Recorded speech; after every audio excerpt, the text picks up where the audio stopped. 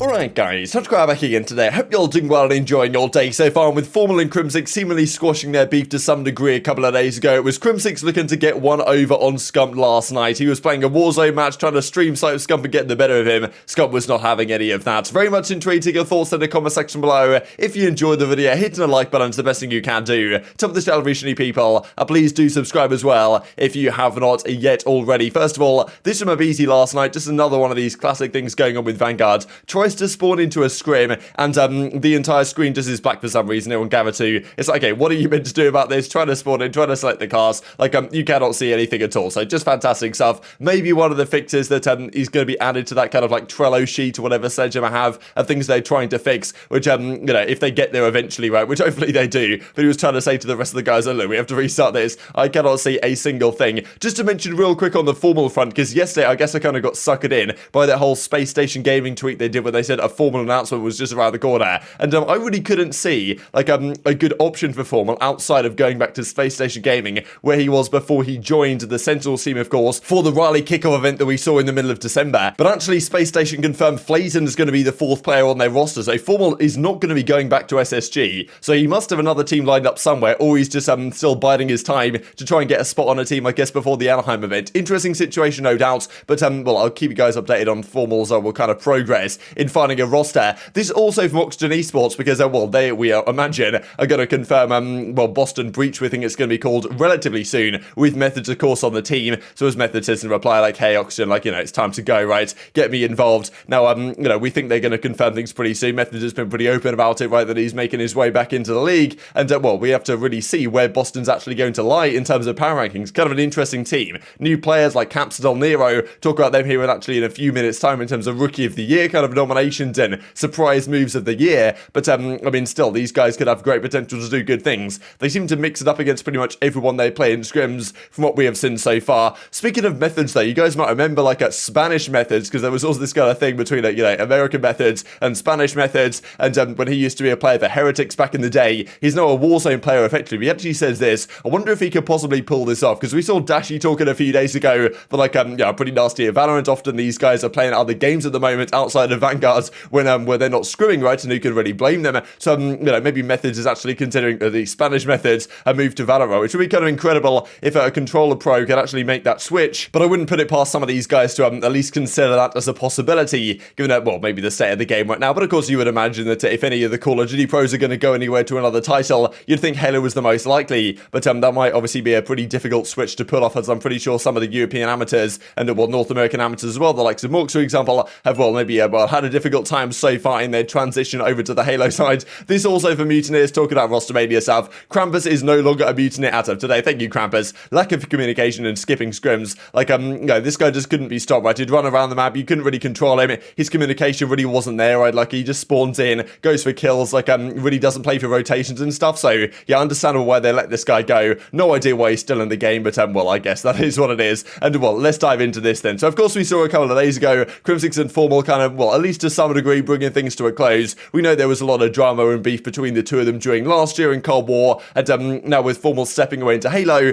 they had a good time playing Halo just a couple of days ago on stream, as we looked at. Now, well, this of course happened back in the 2020 days, or at least moving into 2021, when a kind of Scump and Crimsix kind of pretty much dropped their beef going into 2021. Seems like pretty much a year later, Crimsix and FormaL might be doing a relatively similar thing. But Scump and Crimsix, there was some really entertaining stuff going on this front, because Scump, of course, after scrims are over, he likes to play a fair bit of Warzone, as do the rest of the guys, because what else is there really to play on stream right now? Outside of that, you can't really play League Play or anything, because it does not exist. Hopefully it'll arrive relatively soon. But, well, Crimsix, I'm pretty sure that the story behind this was the Crim wasn't streaming because, like, you know, stream sniping, a little bit questionable in the first place. But I'm pretty sure he was in the same call as Scump. And they were effectively, he was basically saying to them, like, look, I'm going to find you guys, I'm going to hunt you down in this lobby, I'm going to join the same lobby as you, and get the job done, and, like, you know, take you down in this one. And, well, anyway, Crimsix sort of runs into Scump right here, and honestly, it's a pretty nice movement that Crimsix hits. But, well, Scump chops him down with a pistol, and, well, yeah, unlucky Crim.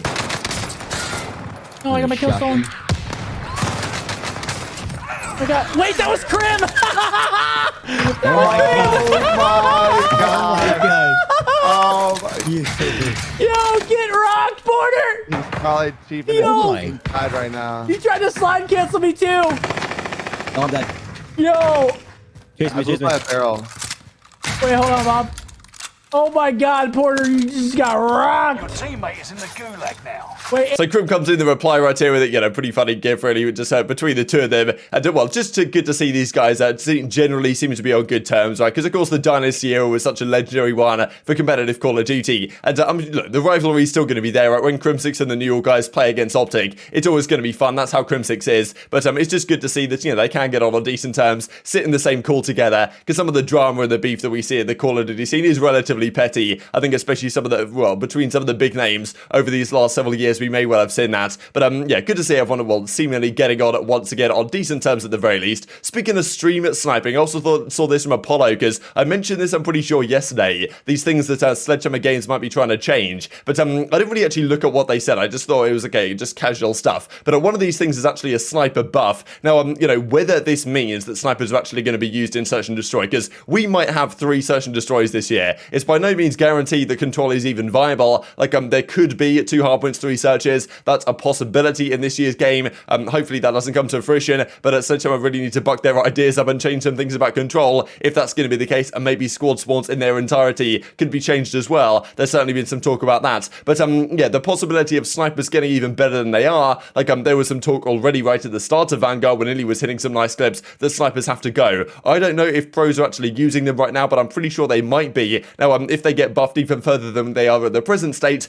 then maybe they're too good to be used in competitive. Like, look, I can probably handle 3 searches in a series if they're snipers, because that does add another element of excitement. If there's not, it might be a pretty difficult time to watch this game this year, to be perfectly honest. Now, I wanted to dive into this that came out yesterday that was really interesting from Crone. Crone asked me to kind of contribute to this a couple of days ago. So there was 30 people, I'm pretty sure, like coaching staff, general managers, analysts type of stuff, and I'm pretty sure it was myself, Shift, and Salvation's Elite voted in this. And well, anyway, best off-season moves, worst off-season moves, stuff like that. So I wanted to go through what kind of the general consensus was, and kind of what I said particularly for these particular things. So I'll leave the entire link down below for you guys. But well, firstly, this: which franchise made the best off-season moves? I think I voted LAG. I was kind of considering saying Optic. I think Seattle Surge also another good one, but just where LAG were last year in terms of the caliber of their team compared to this year made me think that LAG probably deserved the victory on this one, just because last year they were, clearly never going to do anything, and this year, like, maybe there's a chance they do. Which franchise made the worst off-season moves? I was kind of surprised that Paris won this. It makes sense, really, but I don't really see how their team has gone backwards necessarily. Their team was pretty bad last year. It's still going to be pretty bad this year, right? Even though most people would say that Paris are clearly the 12th best team in the league, of course being the worst team in the league, but I don't think they've gone backwards too far, which I guess is the same for most teams, really. Like Minnesota, I was also considering voting for just because they didn't really do anything, which could be a disadvantage, but still they have potential to win championships. We know their roster has done that, so can't really blame them on that front. And Florida Mutineers, I think, is the one I voted for in the end, just because, yes, okay, they lost Neptune. That was a pretty big L, and like, okay, yes, they got Vivid into their team, but I just think their squad